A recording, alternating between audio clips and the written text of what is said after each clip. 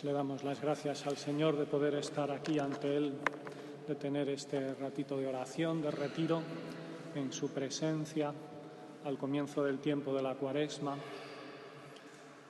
Sabemos que es el Señor el que nos va a convertir, que la conversión no es fruto de nuestro esfuerzo propio, sino que mirando a Cristo, dejando que Él nos mire, dejando que Él actúe en nuestro corazón y nosotros colaborando con Él, se logrará poco a poco el milagro de nuestra plena identificación con Cristo, de nuestra transformación con Él. Yo diré pues unas cuantas cosas y pues alguna de estas cosas vemos que tenemos que hablarlas con el Señor, pues eso es de lo que luego podemos rezar, ¿no?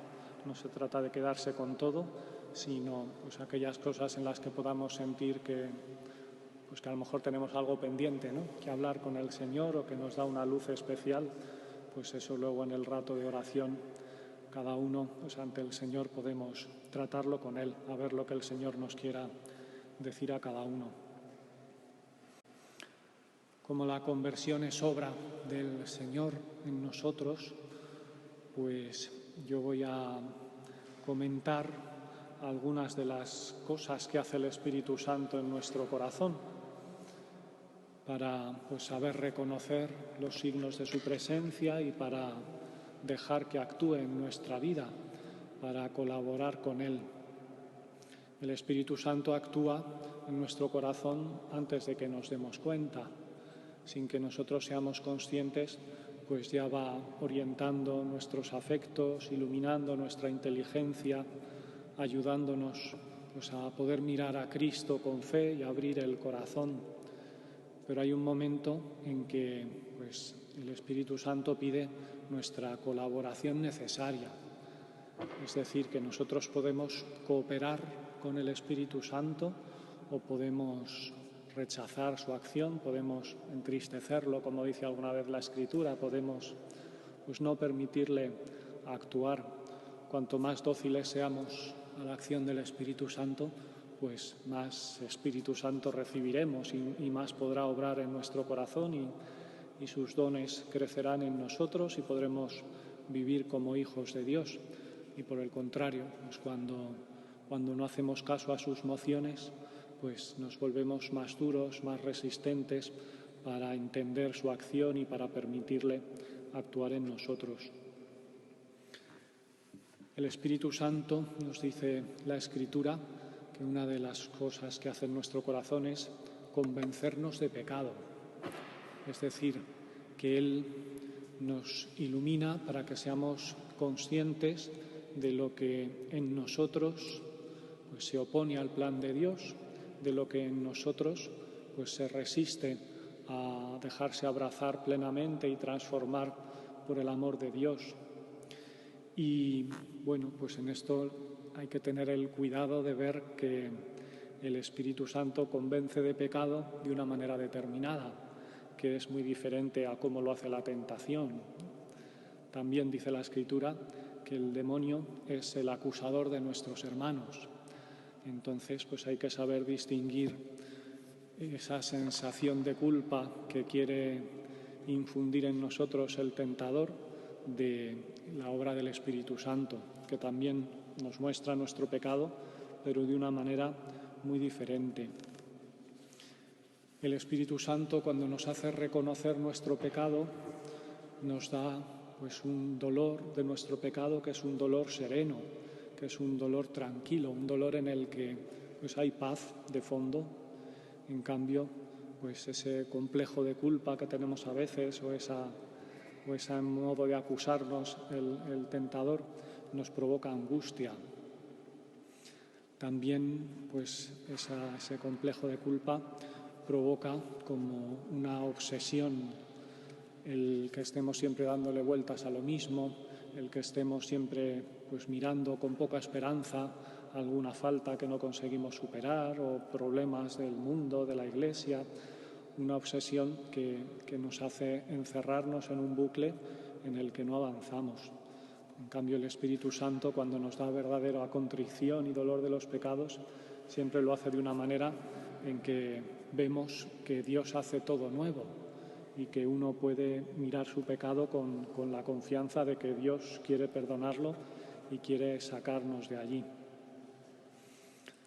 La tentación en ese dolor del pecado falso pues pone confusión en nuestro corazón y el Espíritu Santo, por el contrario, nos da luz. Cuando el Espíritu Santo nos muestra nuestro pecado, uno comprende todo, o casi todo, ¿no? Uno entiende con esa luz del Espíritu Santo qué es lo que ha pasado y entiende pues cómo actúa Dios en nuestra vida y entiende pues lo que he hecho mal y cómo he pecado y cómo me he resistido a su actuación. Lo entiende pues con luz y de una manera serena para poder rechazar esa tentación y poder arrepentirse de verdad. El tentador también, pues ante el pecado, quiere encerrarnos en nosotros mismos, provocar pues mala relación con los demás o agresividad y sin embargo, pues la verdadera contrición que da el Espíritu Santo no nos lleva al rechazo del prójimo o a juzgar a los demás o a mirar que el otro es peor que nosotros, sino que nos lleva a vivir la comunión. También pues ese falso arrepentimiento que no viene de Dios provoca una falta de aceptación de nosotros mismos. En el fondo es pues un orgullo herido ante una imagen rota de lo que yo pensaba ser, de yo cómo quería presentarme a mí mismo. Y sin embargo, pues el Espíritu Santo hace que yo me acepte a mí mismo como amado por Dios, con mi debilidad, con mi fragilidad. Y la raíz de esa contrición verdadera es que no es mi orgullo herido por yo no haberlo hecho tan bien como quería, sino que es el dolor por no haber correspondido al amor de Dios. Pues le pedimos al Espíritu Santo que nos dé ese verdadero dolor de nuestros pecados, pues lleno de serenidad, de paz, de esperanza y de confianza en que Dios nos va a perdonar y llevar adelante. Además de convencernos de pecado, el Espíritu Santo nos lleva al amor, es decir, a no vivir ya para nosotros mismos, sino para Cristo, que murió y resucitó por nosotros, y para servir al prójimo como Cristo nos ha dado ejemplo. El Espíritu Santo nos hace salir de nosotros mismos, que nuestra conversión y nuestros planes de perfección y de crecimiento en la fe pues no sea el mirarnos a nosotros mismos, mi propia perfección, mis propios planes, por yo quedarme a gusto, sino que sea verdaderamente el abrirnos a las necesidades de los demás, el ver lo que los demás necesitan, el practicar la caridad con el prójimo.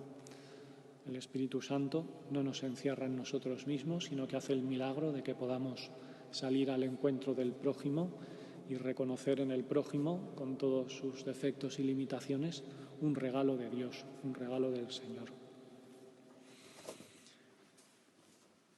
Otra cosa que hace el Espíritu Santo en nuestro corazón y que le pedimos pues, que se haga realidad en este tiempo de Cuaresma es que infunde en nosotros la confianza.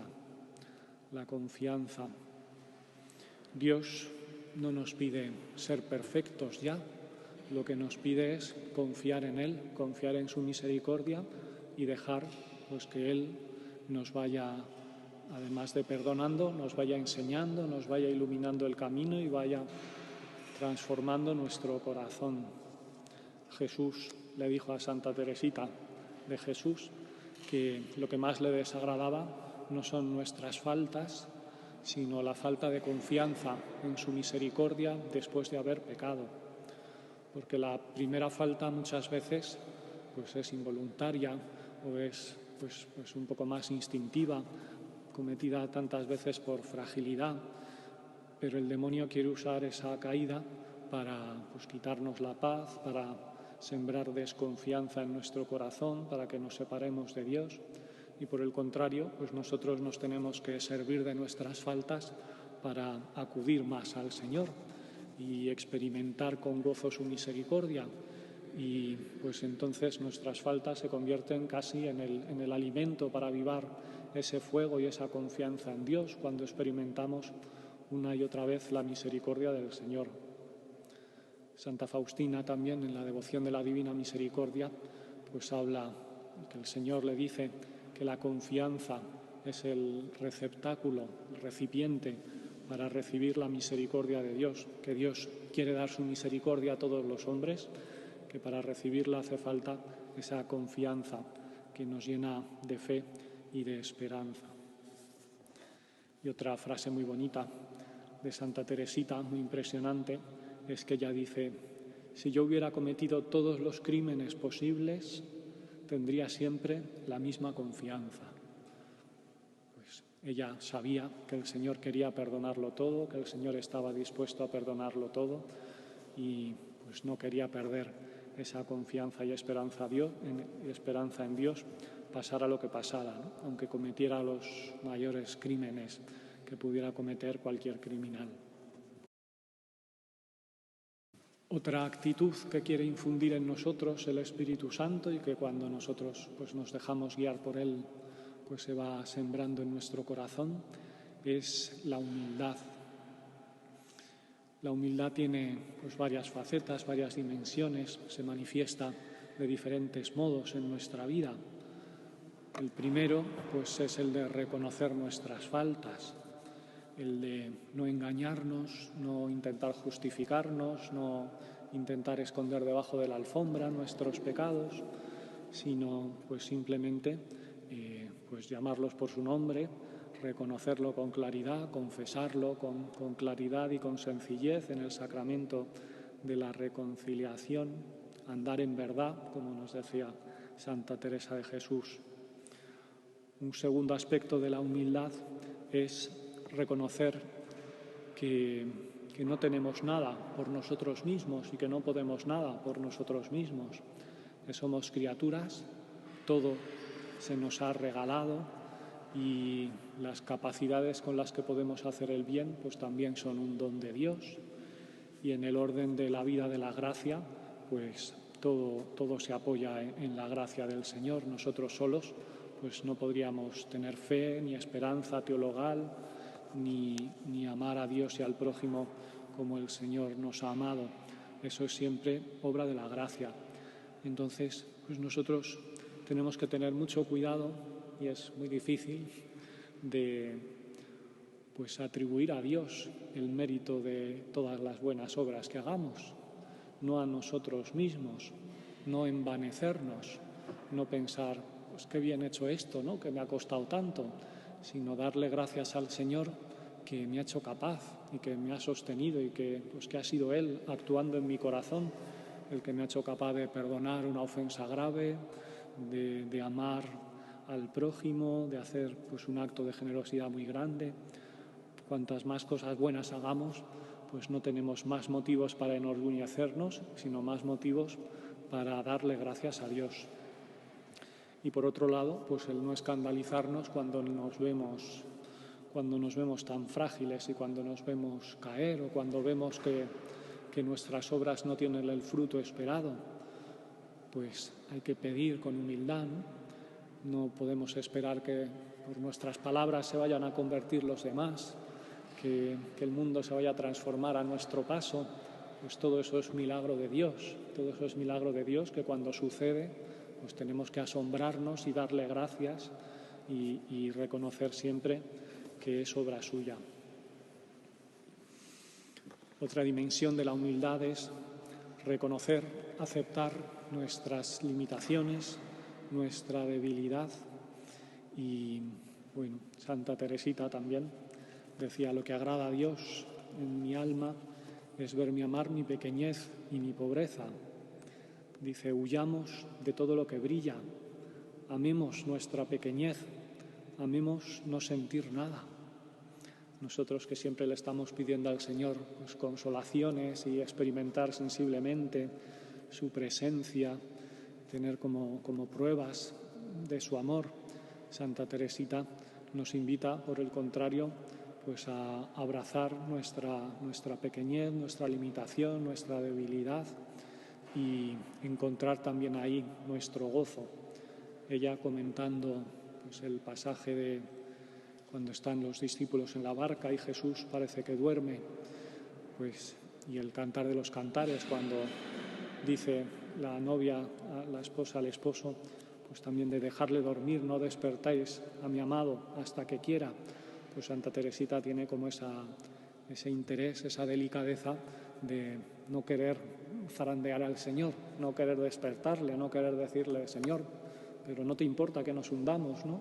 Sino vivir de fe y tener esa confianza de que el Señor está pensando en nosotros, el Señor nos está cuidando, aunque parezca que está dormido, pues está amándonos y cuidándonos.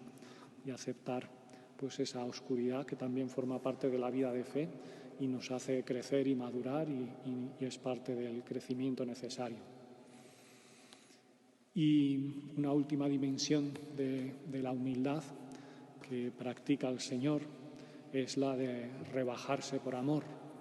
Él, que es Dios, se ha hecho hombre como nosotros y Él se ha arrodillado ante nosotros para lavarnos los pies, para lavar nuestros pecados. Pues Cristo nos da ejemplo de despojamiento, de abajamiento, y nosotros, pues cuando permitimos al Espíritu Santo que actúe en nuestro corazón, pues también el Espíritu Santo nos invita y nos empuja a servir a los demás, a bajarnos ante los demás, a ponernos de rodillas si es necesario, ¿no?, ante el prójimo, para amarnos y servirnos unos a otros como el Señor nos ha amado. Otra de las actitudes que el Espíritu Santo infunde en nuestros corazones es la obediencia. Decían los padres del desierto, cuando alguien obedece a Dios, Dios también le obedece, ¿no? El que se ha entregado al Señor, el que se fía de Él, el que no le niega nada, pues Dios tampoco le niega nada a Él. Dios da su espíritu a los que quieren cumplir su voluntad. A veces intentamos pues, traer a Dios a nuestra posición, a nuestra manera de pensar, a nuestros planes, en vez de pedirle al Señor que nos dé el Espíritu Santo para que nosotros sepamos ir a Él, para que nosotros sepamos reconocer su sabiduría, su bondad, abrazar sus planes con toda confianza. Pues Cristo abrazó la cruz, Cristo abrazó la corona de espinas, los latigazos, un montón de cosas incomprensibles, difíciles de aceptar, dolorosas. Cristo sabía que si ese era el camino que el Padre le proponía, pues era el camino mejor. Y Cristo pues nos enseñó la obediencia en el Espíritu Santo al Padre, y Cristo nos da el Espíritu Santo para que nosotros también aprendamos a obedecer. Una obediencia que no sea por miedo, que no sea porque no me queda más remedio, que no sea por cálculo e interés, sino que esté hecha esa obediencia de confianza y de amor. Y una obediencia también pues, que se tiene que manifestar de muchas maneras, que es obediencia a la palabra de Dios. Cuando la meditamos, cuando Dios nos habla a través de su palabra y nos ilumina el corazón, pues esas emociones que sentimos, tenemos que obedecer a Dios en lo profundo del corazón. Una obediencia a la autoridad de la Iglesia, pues que el Señor ha querido y que el Señor pues ha hecho sacramento de su presencia en medio de nosotros. Una obediencia pues también a las autoridades humanas legítimas, ¿no? Pues está claro que cuando el emperador pedía adoración, pues los cristianos no le obedecían, pero en el resto de las cosas, pues San Pablo invita a obedecer a las autoridades legítimas y a pagar los impuestos y a reconocer pues que Dios también les ha puesto ahí para que la vida humana sea pues de una manera ordenada y civilizada y organizada para que podamos convivir. Y una obediencia también de los unos a los otros por amor. Pues eso es muy bonito, ¿no? Es muy bonito estar los unos al servicio de los otros por amor, hacernos obedientes, esclavos los unos de los otros, dice San Pablo. Una obediencia también, bueno, ya lo hemos dicho, a las mociones del Espíritu Santo. Eso atrae más gracias de Dios, dilata el corazón, nos hace más capaces de recibir el Espíritu Santo. Y una obediencia que a veces nos cuesta a los acontecimientos de la vida, a las circunstancias, a lo que Dios permite que suceda en mi vida, que a veces pues son cosas malas que Dios no ha querido, pero de las que Dios es capaz en su omnipotencia y en su bondad de sacar un bien mayor. Y pues abrazar las circunstancias de nuestra vida nos ayuda a abrazar el amor de Dios. Por el contrario, pues cuando nos empeñamos en que las cosas tienen que ir por un determinado camino, pues sabemos que nos vamos dando cabezazos contra la pared, ¿no? Que hay cosas que no dependen de nosotros, que hay cosas que no podemos cambiar y en vez de pues permitirle al Señor que nos ayude a vivirlas bien y que se conviertan en un camino de santidad, pues se convierten en un motivo continuo de sufrimiento, de dolor, de prueba. Vemos en la historia de la salvación pues historias muy complicadas y que nadie hubiera imaginado, como José vendido por sus hermanos, hecho esclavo en Egipto. Pues al final la salvación del pueblo de Israel viene a través de José, viene a través de ese hijo que parecía que se había perdido, como la cruz de Cristo, evidentemente. Bueno, la última que voy a decir, que ya son las 6, es la paz interior. El Espíritu Santo pues quiere poner en nuestros corazones paz. Aunque seamos frágiles, aunque seamos pecadores, aunque exista el mal en el mundo, el Espíritu Santo nos trae la certeza de que Cristo ha vencido, de que Cristo está resucitado, de que el mal tiene los días contados, de que no puede llegar más allá de lo que Dios le permita, de que si Dios permite algún mal es porque puede sacar un bien todavía mayor de allí, aunque a nosotros pues nos asombre y nos cueste entenderlo, ¿no? Por eso un cristiano pues puede vivir esa paz. Está claro que habrá momentos de agitación externa y de nerviosismo, pero en el fondo del corazón, apoyados en la fe, en la confianza, la esperanza, podemos tener paz. Pues le pedimos al Señor que en este ratito de oración podamos vivir en esa paz, en esa certeza de que el Señor está con nosotros, de que nos ama, de que estamos en sus manos, de que nada escapa a su poder y de que pues Él nos cuidará y nos llevará al cielo con Él.